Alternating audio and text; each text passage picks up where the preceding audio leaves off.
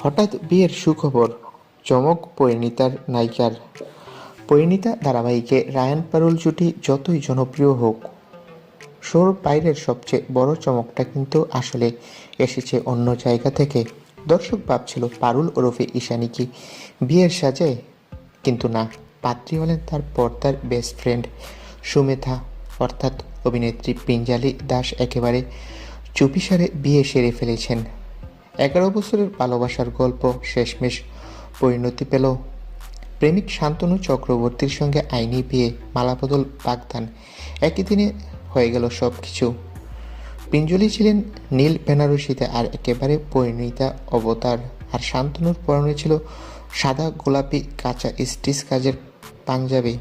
ছবিগুলো দেখলে বোঝা যায় এত বছরের অপেক্ষার পর দুজনেই আজ কতটা খুশি। জানলে অবাক হবেন, তাদের সম্পর্ক শুরু সোশ্যাল মিডিয়ার মাধ্যমে।